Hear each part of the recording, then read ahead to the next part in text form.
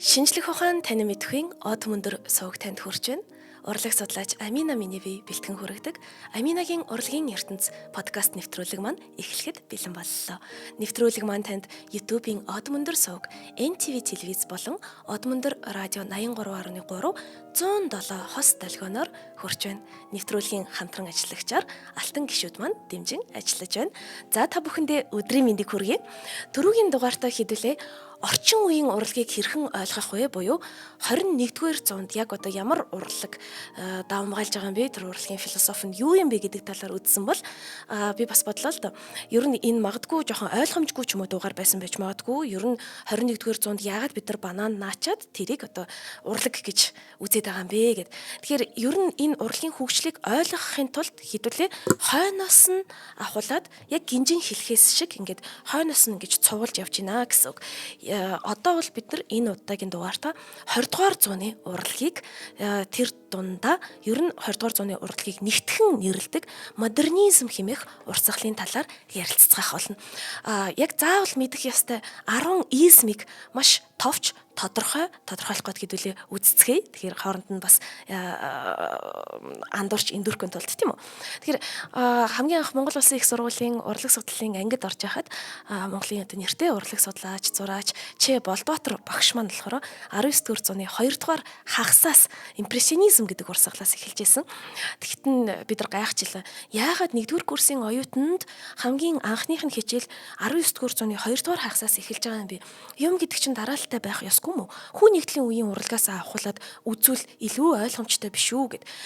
Нэг бодлын үнэн яагаад вэ гэхээр хүн нэгдлийн үеийн урлагаас авахуулаад бид нар хамгийн эртний соёл иргэншлүүд болох Месопотами, Египт, Энтхэг, Хятад за тэгээд цаашлаад ер нь христийн шин хэрхэн тархсан, дундад зун гэж юу ийсэн, Византын урлаг гэж юу ийсэн гих мэтчлэн ингээд эхнээс нь хөөгөөд явж болно.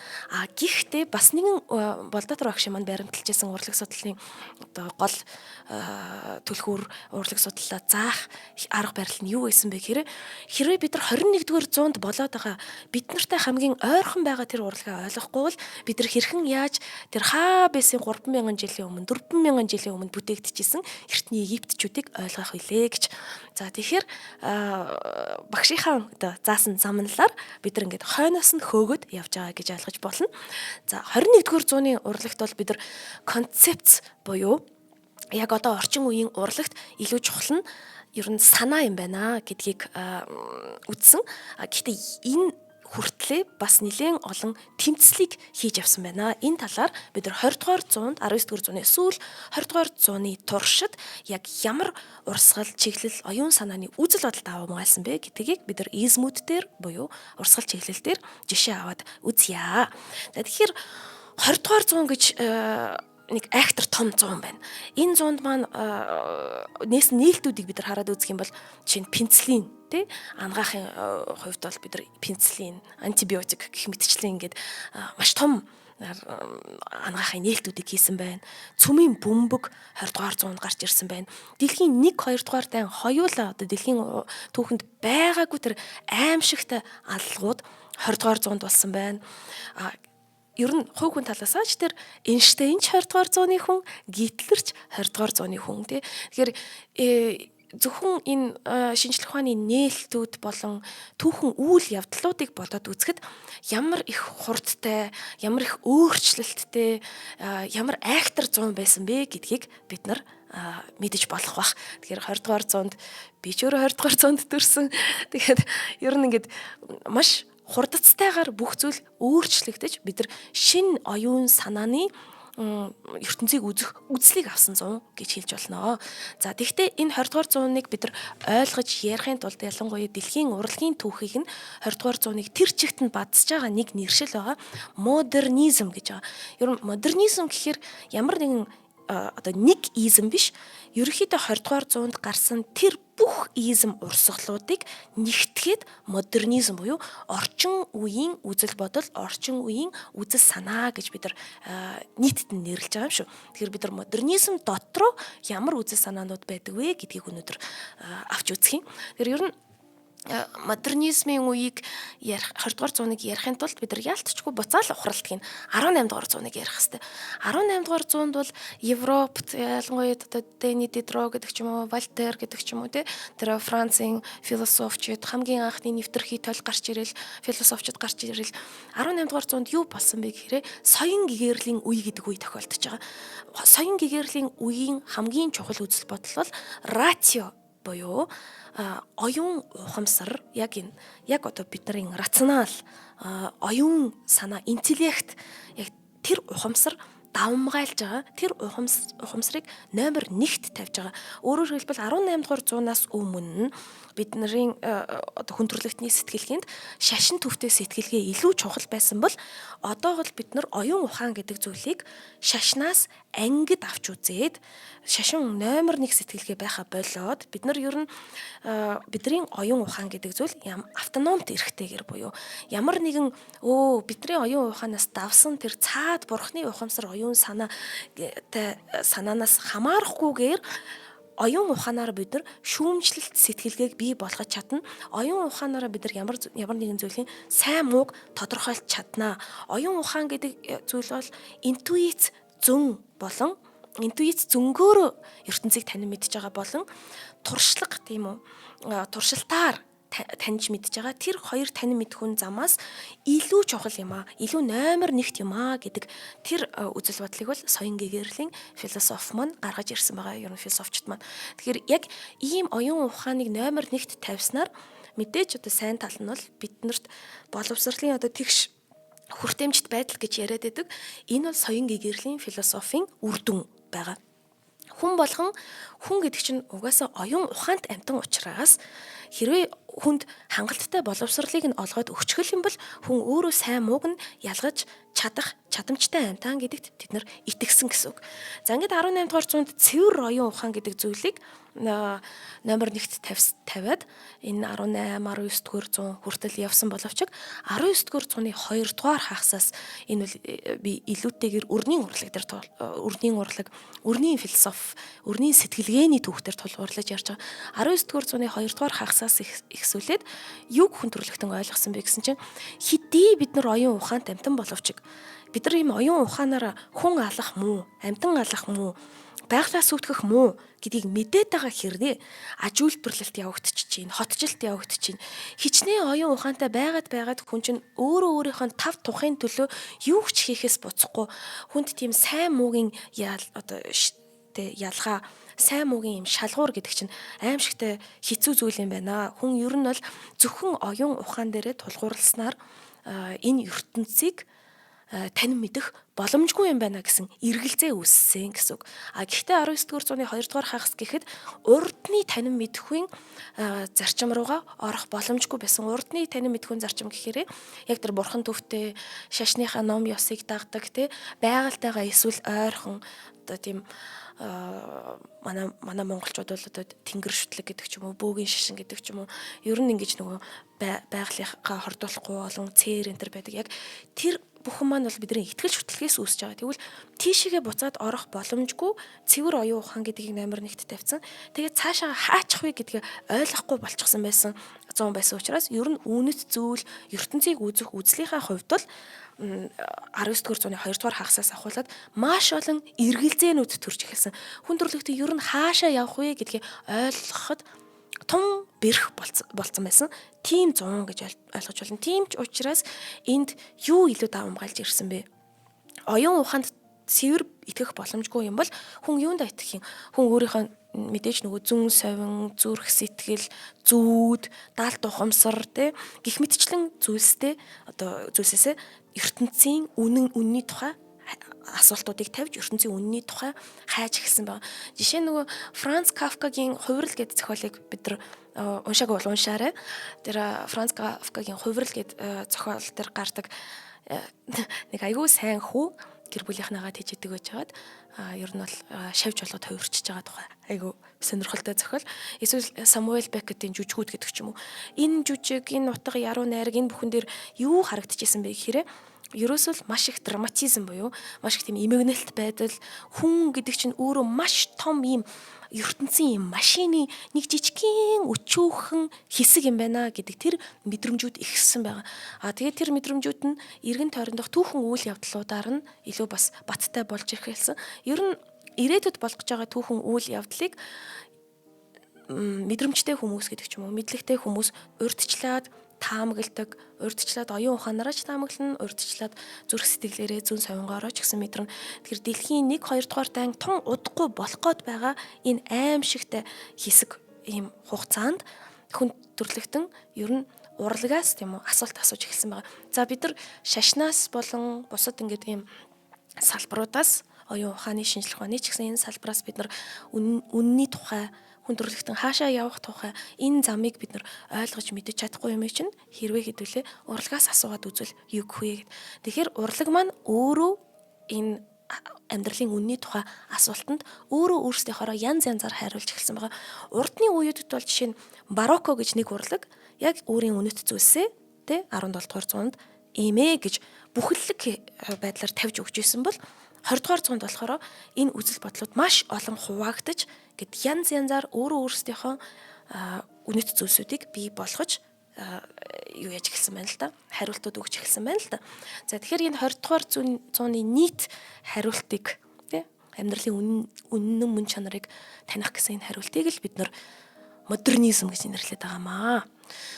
Тэгэхээр модернизм бол илүүтэйгээр хүн ер нь юм гадаад ертөнцид итгэл нь маш их суулраад дотоод ухамсар руугаа эргэж харж эхэлсэн тийм үе гэж ойлгож болно. Урд нь хүн бодит байдлыг яг нэг л утгаар яг нэг л ертөнцийг үзэх үзлэр үзэжсэн бол одоо бол ингэж олон талаас нь үзээд чиний үнэн миний үнэн, чиний үнэн байж болно, миний үнэн бас миний үнэн байж болно гихчлэн өөрсдийнхөө хариулж ирсэн тийм үйл гэж ойлгож болно. Тэгэхээр урдны урлагаас тийм урдны зураач нараас бид нар юу хүсэж ирсэн бэ гэхээр за биднийг та нарын уран зургийг үзснээр би ертөнц ийм юм байна гэж ойлгоё. Энэ ертөнцийг харах цонх маань байгаасаа энэ урлаг урлагийг бүтээдэг хүмүүс маань биднийг дагуулж яваасаа гэж хүсэж ирсэн бол 20 дугаар зуунд ямар өөрчлөлт гарсан бэ гэхээр үгүй би зураач байлаа гэд та нарт ертөнцийг үзэх үзлийг чинь бэлдэж өгөх албагүй. Би ертөнцийг үзэх үзлээ өөрийнхөө субъектив байдлаар яаж мэдэрч ийн тэрийг л зүгээр толны тусгал мэт ил тавиад өгөө гэжсэн тийм төрлийн ерөөхдөө хариултууд бол байсан. Тэгэхээр тэр тол нь бас заавалчгүй бүрэн бүтэн байх албагүй. Хагаргаач тол байж болох нь байна. За ер нь изм гэдэг ч байгаа шүү дээ. Ер нь изм гэдэг нь измос гэдэг нь болохоор эртний грекийн үг, эртний грек хэлнээс латин хэл рүү ороод латин хэлнээс европ хэлүүд рүү дамжаад орж ирсэн. Изм гэдэг нь бол урд нь ямар нэгэн одоо олон утгатай л да. Ер нь үйлдэлийг хэлж болно, альва нэгэн төлөв байдлыг хэлж болно. Гэхдээ гол бид нар ашиглаж байгаа одоо ямар дагавар болж хувирсан бэ гэхээр ямар нэгэн үзэл санаа, ямар нэгэн ертөнцийг харах одоо философи тэгээд түүнийхээ дагуу хийж байгаа үйлдэлүүд чиг хандлага ер нь үзэл санаа ертөнцийг үзэх үзлийн чиг хандлагыг бид нар изм гэж нэрлэдэг. Өөрөөр хэлбэл хэсэг бүлэг хүмүүс нэг үнэт зүйлдээ нэг зүйлд итгээд нэг үзэл бодолтой түүнийхээ дагуу ямар нэгэн илэрхийллүүдийг гаргаж байгаа бол тэрийг бид нар тэр измийнхэн гэж нэрлэдэг тийм үү. За урлагийг ер нь измд хуваах нь тодорхой хэмжээнд 20 дугаар зууны урлаг дээр бол боломжтой. Гэхдээ энэ 21 дугаар зууны урлагт бол бас тэгж измээр хуваах жоохон хэцүү. 20 дугаар зуунд бол бас яг нэг одоо нэг уран бүтээлч байлаа гэхэд маш олон измыг оруулж туйравдаг. Амьдралын ихэнх үед нь фовизм байсан бол цаашаага явж байгаад кубизм болох жишээний тий. Иймэрхүү бас байж болох юм шүү. Ямар ч байсан изм гэдэг нь бол ийм үзэл бодлын системийг бид нар изм гэж нэрлэдэг юм. За ингээд ямар шүү измүүд байж болох вэ? 10 одоо топ 10 гэдэг байгаа шүү дээ тий. Хамгийн чухал. Тэгэхээр энэ одоо миний ярих гэж байгаа 10 изм маань бүгдээрээ нийлээд модернизм дотроо орно гэсэн үг. Модернизм бол ерөнхийд нь 20 дугаар зууныг нэрлэж байгаа юм тийм. За измиг ойлгохын тулд бид нар 19 дугаар зууны 2 дугаар хагасаас эхэлнэ. 19 дугаар зууны 2 дугаар хагас гарч ирсэн хамгийн чухал изм бол impressionism. За impression гэдэг маань сэтгэгдэл гэсэн үг тийм үү? Одоо хэдүүлээ дэлгэцэн дээр Клод Монегийн сэтгэгдэл нар мандаж буйна. Impression sunrise гэдэг зургийг харж болно. Тэгэхээр ер нь хөрхөлтөө энэ измүүдийн нэршлүүдийг дандаа шүүмжлэгч нар өгсөн байдаг. Ер нь хвчлэн жишээ нь impressionism гэхийг болохоор queer тэ Клод Монегийн тэр зургийг Францын үзэсгэлэн дээр харчаад нэгэн шүүмжлэгчлэр queer одоо энэ чи ямар инээдтэй юм бэ?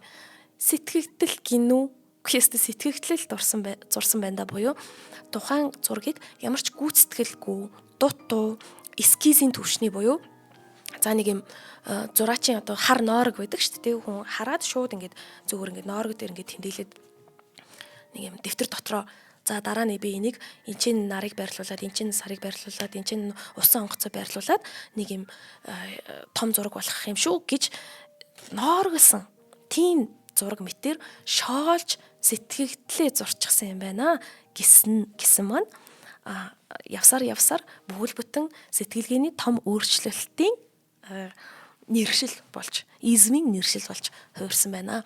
За импрессионизмын хувьд юу чухал вэ гэдгийг хэвлээ зурган дээр харах гэдэг үзье. Клод Моне сэтгэгдэл гэж зураг байна тий. За Клод Моне зураач маань болохоор яг Гавр хэмээх өөрийнхөө хотын усан боомтыг дүрсэлсэн зураг байна. Тэр энэ усан боомтын зураг маань ерөнхийдөө нэг юм хүйтэн цэнхэр өнгөтэй тэнд энэ зурганд орсон ганцхан дулаахан өнгө маань тэр сарыг илтгэж байгаа нарыг илтгэж байгаа нэг юм нар болон нарны тусгал за яг нарны тусгалтайгаа ижил жоохон тоонуудаар дээдлийнх нь тэр тэнгэр хэсэгт бас өнгө өгсөн байна. Тэгэхээр энэ зурагнаас бид нар нэрэл үнэхээр харангууд ямар ч гүйцэтгэл байхгүй буюу зүгээр нэг юм биерийн тавилтууд хэдхэн зураасаар ерөөхдөө юмыг илэрхийлчихсэн зураг байгаа юм л та. Тэгэхээр яагаад гүйцэтгэлгүйгээр зурж байгаа юм бэ? Монгол гэнэ. Одоо ингээд HD зурагт байдаг шүү дээ. Эсвэл бидний камер технологи амар хөгжчлөө 8K enter гэдэг ч юм уу ингээд ер нь нягтршил гэж байдаг тий.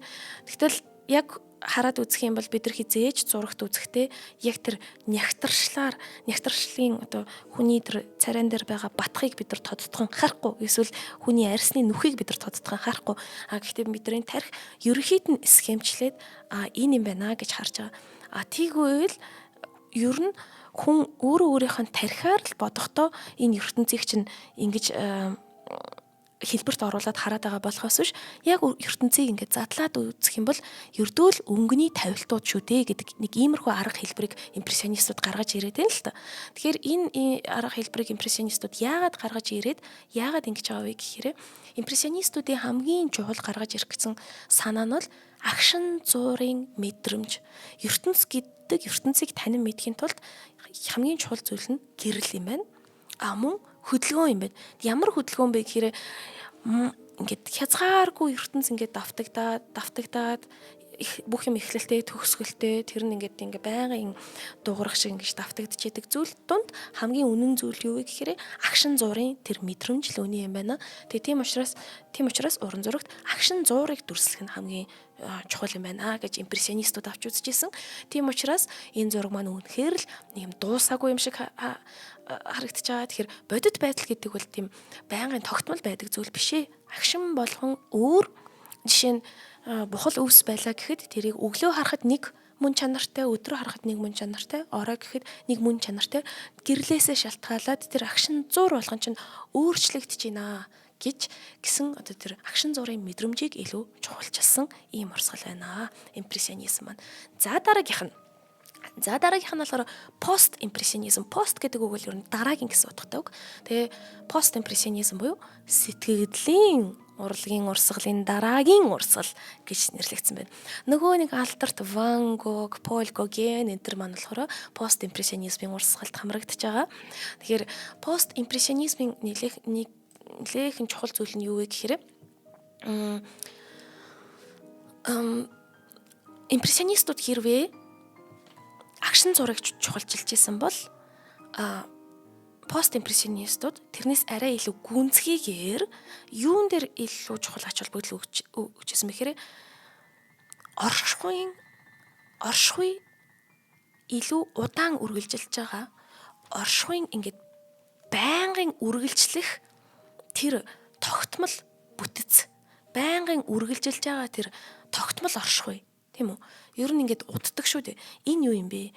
Тэгвэл энэ оршихуй дунд материаллык болон сүнслэг зүйл хоорондоо яаж хамтдаа оршин тогтнож болдгийг те үүнийг үзүүлэхийн тулд яасан бэ гэсэн чинь бодит байдлыг хуулбарлаад нэмэргүй. Зүгээр нэг байгаль байнгут яг тэр тоочны тэр навчийг ингээд байгаагаар нь зураад нэмэргүй. Илүү тийм харж байгаа тэр мэдрэмжүүдээ илүү декоратив буюу тийм чимэглэлийн байдалтай зурах хэрэгтэй. Тэрүүгээр илүү нэг мөн чанарыг нь гаргаж чадна гэд. За хамгийн тод жишээ бол Ван Гогийн пост импрессионист зураг гэж тооцогддог. Starry Night буюу одтой шөнө байна. За Ван Гогийн одтой шөнө гэдэг зургийг бид нар хараад мэдээж яг бодит байдал дээр сар, нар, за хичнээн тэнгэрийн заацыг харлаа гэд тэнгэр ийм өнгөтэй, ийм хөдөлгөөнтэй харагдах биднэрт боломжгүй. Ямар ч фото зураг яаж ч аваад ийм тэнгэр байх боломжгүй. Гэсэн атла Ван Гог яг энэ тэнгэрийн сарны од гариг иргсэн хөдөлгөөнөөрөө дамжуулаад тэр дотоод сэтгэлийнхаа үемэнийг үзүүлэх гэж байгаа учраас энэ маань болохоор ингэж юм юу яасан байна л да, маш тийм зоригтой их тийм хурц тавилтуудаар ингээд нэг юм будгийн тий зузаан пастосны гэж ярьдаг их тийм зузаан будгийн тавилтуудаар гэж хөдөлгөөнийг үзүүлсэн байна. Тэгэхээр энэ дээр мөн чанар гэдэг зүйлийг нь бид нар заавал боддоор тэнгэрийг зураад байхаа албагүй ч гэсэн бидний оршихуйн тогтмол байдлыг тэнгэрийн мөн чанарыг ингэж үзүүлж болно гэж дүрсэлсэн байгаамаа. За тэгэхээр яг ийм өнгөнийхөө эргэлтэр бол хүний сэтгэл зүг тий ер нь импрессионизм бол илүү тийм бас одоо гэрлийн тоглолт гэдэг ч юм уу гэрэл тий тэр гэрэл альва предмет альва одоо эд зүйлс дээр тусгаараа яаж ин гэдгийг харуулж ирсэн бол юу болохоор пост импрессионизмд болохоор тэр одоо эд зүйлийн доторх нь юу юм доторхыг нь задлая. Тийм учраас хэдий энэ тэнгэр боддороо ингэж харагдахгүй ч гэсэн үнэхээр яг үннээсээ ийм юм шиг. Яг л Ван Гогийн зургийг харахаар тэнгэр од гарагс тэр үед түүний толгойд ингэж л эргэлдэжсэн болов уу гэх сэтгэлдлийг төрүүлдгээрээ их сонирхолтой.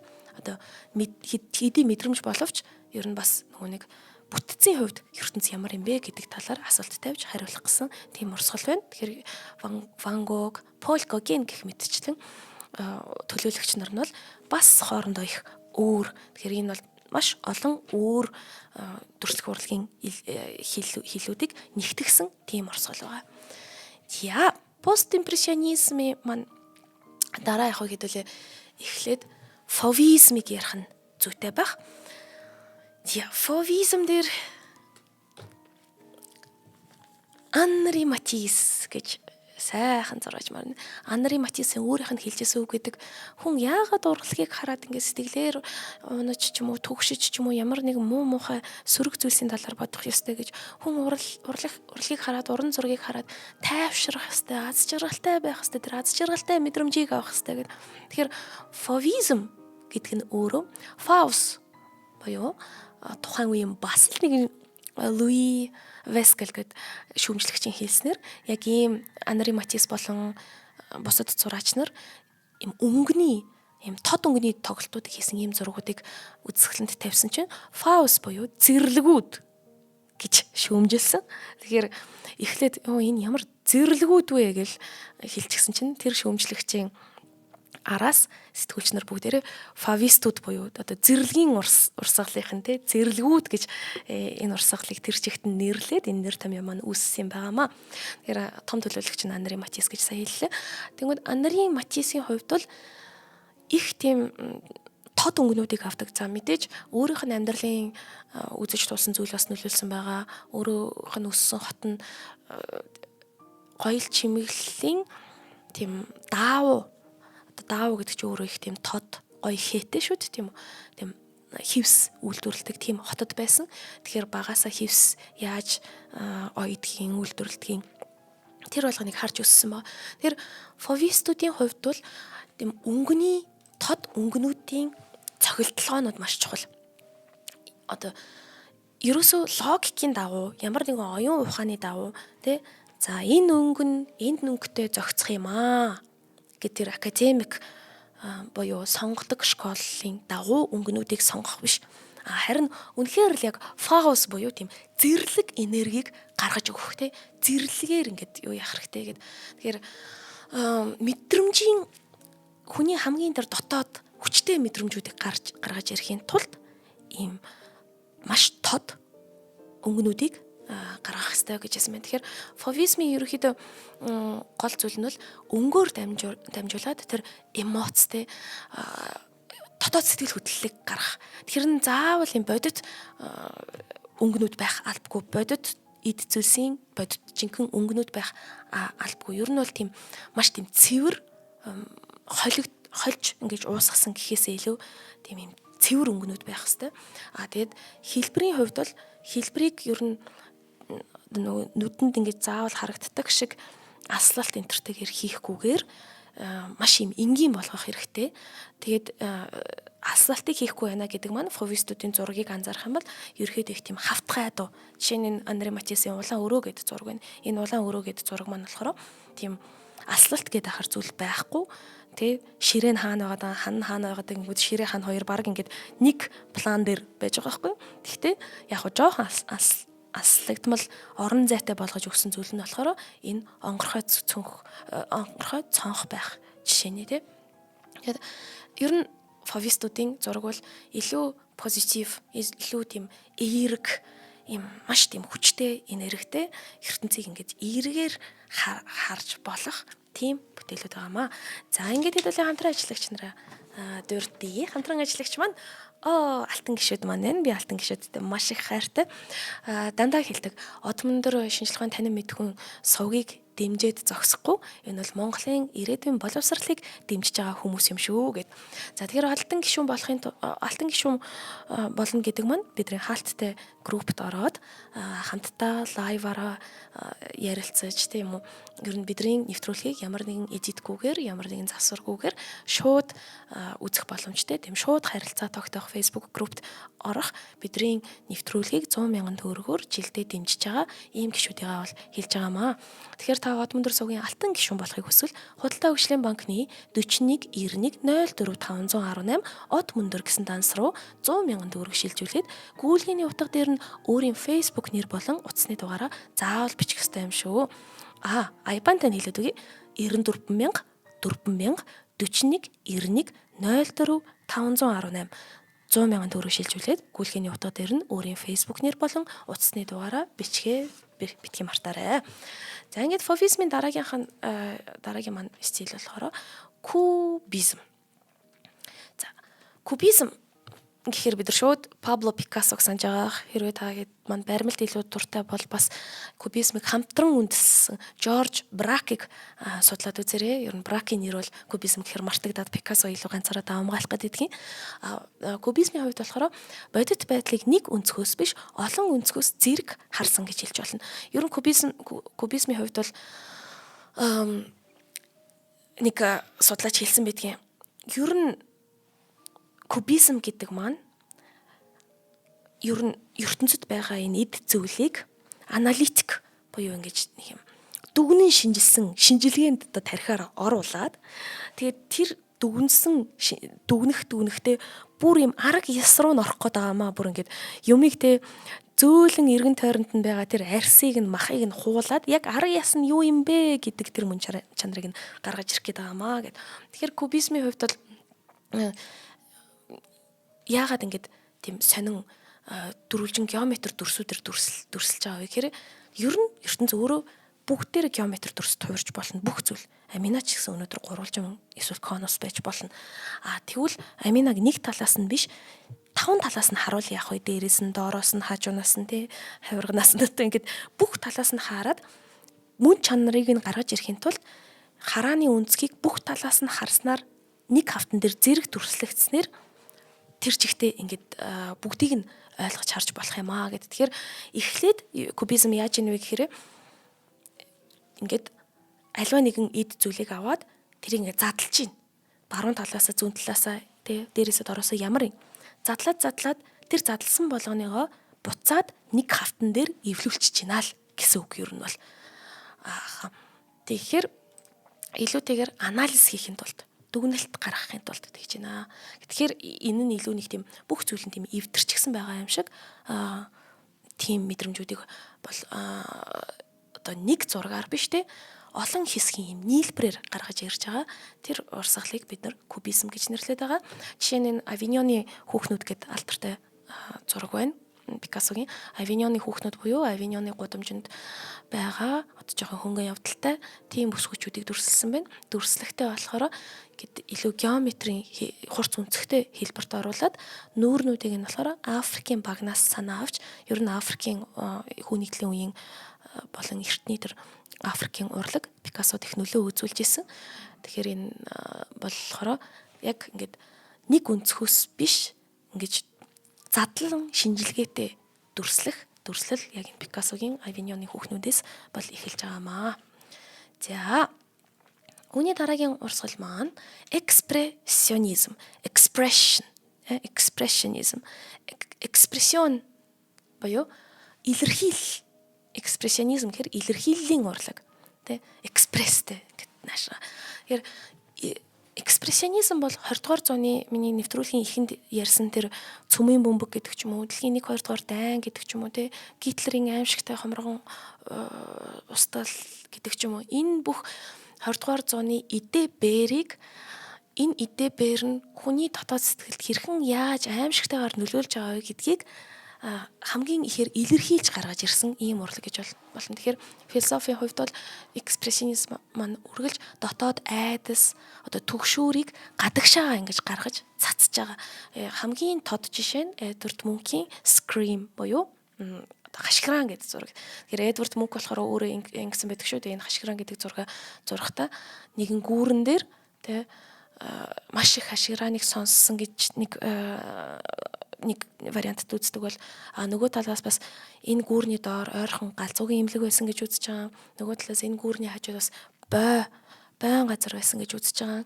Гэхдээ ямартай ч энэ нөгөө нэг улаан тэнгэр тэгээд яг энэ авсан өнгөнүүд болон эрэгтэйч биш эмэгтэйч биш нэг юм дүрс тэр фигур дүрс маань өөрөө ерөөсөө юу ч сонсгоос айж байгаа тийм айц төгшүүртэй байгаа. Тэгээд хашгирж байгаа. Өөрөөр хэлбэл доторх тэр өвчин, дотроо байгаа тэр төгшүүр энэ бүхнийг илэрхийлж байгаа. Тийм илэрхийлэл илүү чухал. Тэ ер нь одоо бодит байдал гэхээсээ илүү миний сэтгэл зүй дотор юу байгаа тэр сэтгэл зүйн хямралыг хэрхэн илэрхийлж байгаа вэ гэдэг тийм ер нь илүү тийм трагизм буюу эмгэнэлтэй хүний дотоод сэтгэлийн тэр эмгэнэлтэй хэсгүүдийг гаргаж ирж байгаа. Тэр эмгэнэлтэй хэсгүүд юуны улмаас үүсэж байна вэ гэхээр хит их технологийн дэвшил болон дайны аимшигтай хор уршиг байдлаас болж ер нь ингэж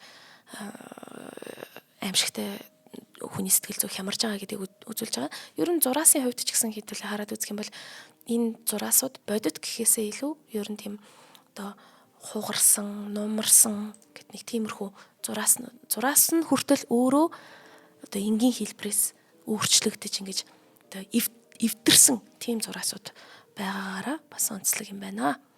Онцлог юм аа. За дараагийнх маань урсгал амжих нь байтал. Футуризм. Футуристууд бол одоо экспрессионистууд бол юу яаж исэн биш үү? Энэ 20 дугаар зуун гэдэг ямар аимшигтай зуун бэ? Ямар их дайн тулаан бэ? Хүний дотоод сэтгэлийн эмгэнэл гэж хэлсэн байна. Футуристууд бол эсвэргээрээ футуризм буюу future ирээдүйн урсгал. Тэгэхээр футуристууд бол бочооныгоос ахуулаад техник технологийн дэвшлиг шүтсэн байсан. Ингээд одоо бид нар маш гоё хурдтай тий одоо ер нь бүх машин гэдэг зүйл чинь өөрөө ямар их гоё хувьсаж явж байгаа байлээ. Тэгэхээр технологийн дэвшил байна. Маш их хурдтай 900 хурж ирж байна. Энэ бүхнийг одоо ирээдүг шүтжижсэн тийм орсгол байна. Тэгэхээр за бидний жишээ болгож авсан зураг нь болохоор Plot 18 гээд 18 Умберто Бочони гэдэг Италийн зураачийн ийм зураг байна. Тэгэхээр Умберто Бочонигийн энэ зурган дээр харах юм бол ууг нь бол энэ галт тэрэгний буудлын зогсоолын. Тэгээ галт тэрэгний буудлын зогсоол энэ нэлээд олон замбраагүй байгаа юм шиг зургаас нэг хідэн давтамжууд олж харж болно. Тэврэлтэж байгаа эрэгтэй эмэгтэй хоёр хүн буюу нэг нь галт тэргэнд суух ёстой. Ингээд нэг юм хагцлын мөч байгааз. Тэгээ тэр мөч маань тэгэхээр ингээд ер нь энэ яагаад ингэж олон давтаж дүрслээд байна вэ гэхээр нөгөө хурд гэдгийг чи үрзүүлээд байгаа байхгүй нөгөө машины хурд гэдгийг чинь тий. Тэгэхээр галт тэрэгний зогсоол гэдгийг бид нар яг нэлээд нарийн харж иж өндөр 6943 гэдэг тоон тавигдсан байгаа. Зургийн хамгийн арын план дээр галт тэрэгний одоо уурын яндан дүрслэгдсэн байгаагаар за энэ галт тэрэгний зогсоол юм байна гэдгийг бол ерөөхдөө харж байна. Тэгэхээр энэ бол илүү л тийм хөдөлгөөн гэдгийг их чухалчилдаг. Хүн машин хоёр нийлж болох юм аа. Тэ өнгөрсөндөө ерөөсө зуралдаад байх хэрэггүй, өнгөрснийг устгах хэрэгтэй. Тэр чигт нь ингээд машин энэ техник технологийн дэвшилтэйгээ цуг дээшээ явах хэрэгтэй гэсэн тийм орсгол байна. За дараагийнх нь орсгол нь сюрреализм.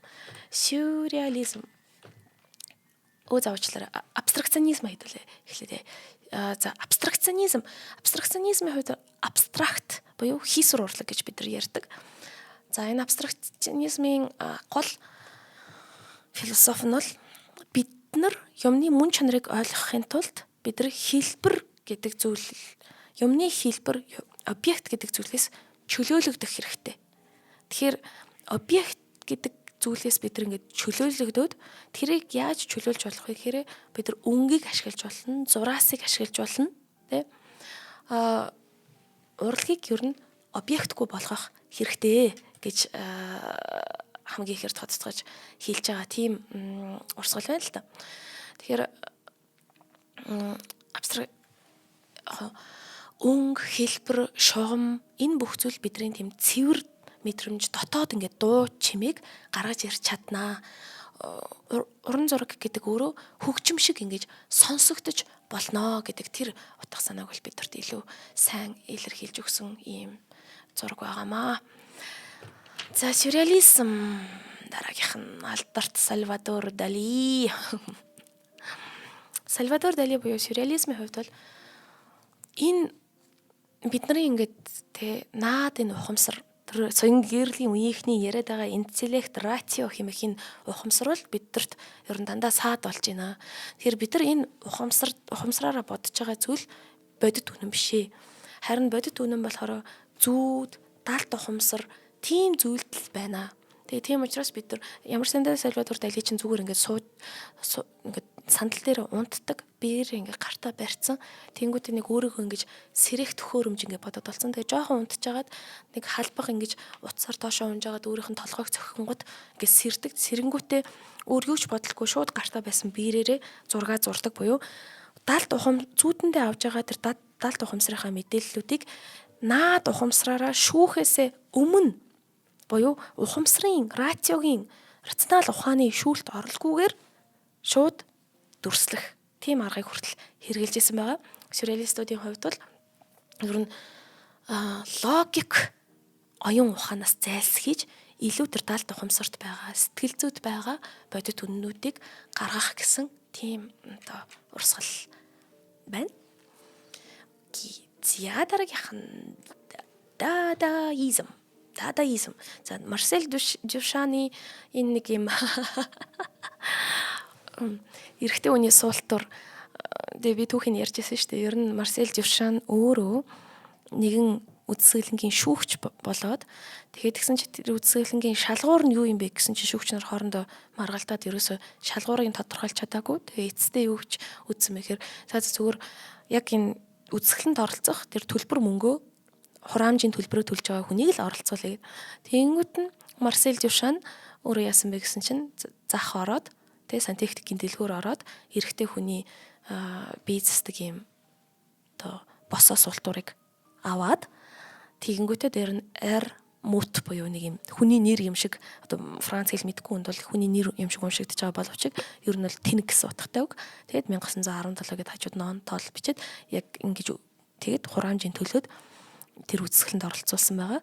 Тэгэхээр яг өөрийнх нь нэрийг бол хэлээгүй л дээ Марсель Дюшан гэдгээ бол хэлээгүй.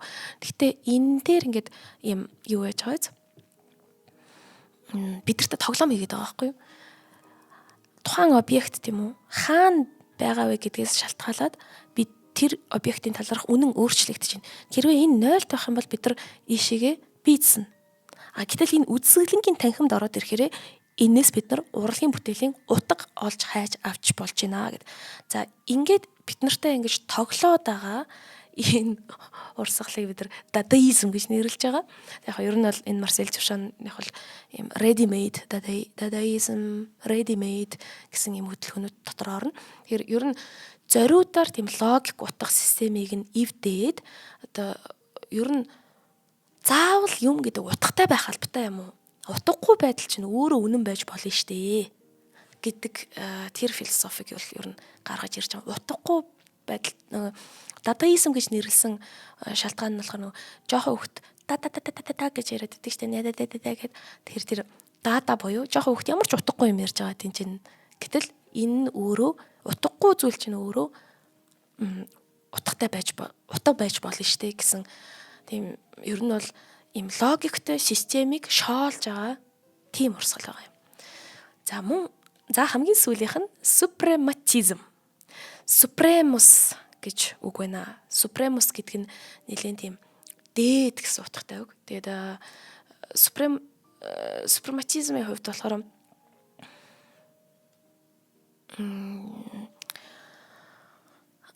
энэ үгийг анх хар квадрат зургаараа алдартай Малевич маань зурж байсан, өгж байсан. Хар квадратыг зурж исэн Малевич маань бол супремус буюу дээд гэсэн утгатай латин үгийг ашиглаж өөрийнхөө супрематизм гэдэг урсгалыг бол тэмдэглэж нээжсэн байгаа.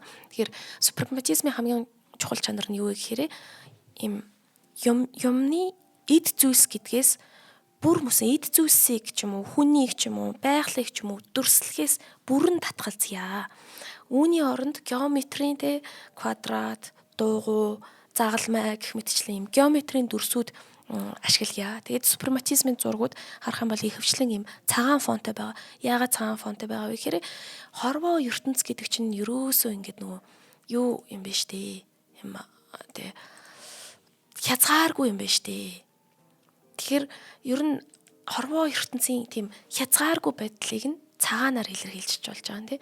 Одоо бидний дэлгэцэн дээр харж байгаа зураг болохоор 0 100-ны 10 0 таслал 10 гэд энэ үзэсгэлэн дээр нь тавигдчихсан ийм зураг байна. Тэгэхээр хөдөлгөөн дох уран зургийн маск гэдэг нэртэй. Одоо тэгэхээр энэ харах юм бол ер нь айгүй динамик буюу айгүй тийм хөдөлгөөнтэй ийм геометрийн дүрснүүд хоорондоо ингээд огтлцоод нэг зүй тогтлыг үүсгэж байгаа тухай. Тэгэхээр энэ зүй тогтолт бол ер нь юмыг юм гэж нэрлээд ирэхээрээ бид нар юмныхаа мөн чанарыг ойлгохоо болчдгоо. Тийм учраас супрематизмын гол зүйл нь болохоор юмыг юм гэж нэрлэхгүйгээр ийм универсал буюу олон улсын ийм үсэг шиг тийм үү хүн болгон ойлгож болох тэр хэлийг бүтээе гэсэн тийм зорилготойгоор явж байгаа. Тэгэхээр энэ зурган дээр харах юм бол ийм яг энэ зургийн одоо дээр доор гэж байхгүй. Ер нь энэ зургийг хаашаач харуулж үлгэж болохгүй. Тэгэхээр дээр доор гэж байхгүй гэдэг чинь нөгөө эхлэл өрнөл төгсгөл гэсэн юм байхгүй болчихж байгаа юм. Тэгэхээр илүү бодит байдлыг шинээр ингэж гаргаж ирж тавьж байгаа. Тэгэхээр энэ дээр болохоор инхээр энэ геометрийн дүрснүүд маань энэ хязгааргүй орчлон ертөнцийн нэгэн хэсэг болоод бие биентэйгээ ингээд огтлцоод ингээд дэшээ доошоо ингээд хөдөлгөөнд ороод явж байгаа гэсэн тийм сонирхолтой дүрслэл. Тэгээд ер нь бол геометри хамгийн дээд үнэн тий. Тэгээд ер нь хар квадратын тухай бас Малиев чинь бид нар тусдаа хийсэн дугаар байгаа. Уран зураг гэдэг плейлист дотор байгаа.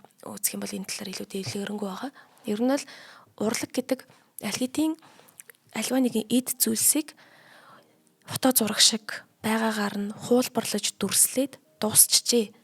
Одоо бид нар бол шал өөр мөн чанар руу, шал өөр бодит байдал руу орох ёстой гэдгийг супрематизм болон урд нь дурдгдсан энэ 9 измүүд маань бол юу яжсэн юм бэ? Бидэрт илэрхийлэх гэж оролцсон юм байна. Тэгэхээр 20 дугаар зууны бас хамгийн чухал одоо энэ урсгалуудыг нэгтгэж байгаа, энэ измүүдийг нэгтгэж байгаа зүйл нь болохоор ер нь зураач ч юм уу, үзэгч ч юм уу аль нь л та би өөрөө ертөнцийг яаж харж, яаж мэдэрч байна вэ? Тэ миний мэдрэмж юу байна вэ? Миний илэрхийлэл юу байна вэ гэдгийг илүүтэйгээр илэрхийлэх гэсэн одоо түүхэн болон философийн энэ үйл явдлуудад амьдралын үнэн гэж юу вэ? Амьдралыг бид нар яавал аль талаас нь үзвэл илүүтэйгээр танин мэдэх вэ гэдэгт л хариулсан юм хариултууд байгаамаа. За та бүхэнтэйгээ хамт Аминагийн урлагийн ертөнц нэвтрүүлгээр урлаг судлаач Амина миний бие хамт байлаа. Шинжлэх ухаан танин мэдэх үеийн од мөндөр сувг шинжлэх ухаан танин мэдэх хүн од мөндөр сувгийн нэвтрүүлэг маань танд YouTube-ийн од мөндөр сувг, NTV телевиз болон од мөндөр радио 83.3 107 хост долгионоор хүрлээ. Нэвтрүүлгийн хамтран ажиллагчаар алтан гишүүд маань ажиллалаа. Та бүхэндээ баярлалаа. Дараагийн дугаар болтол баяртай.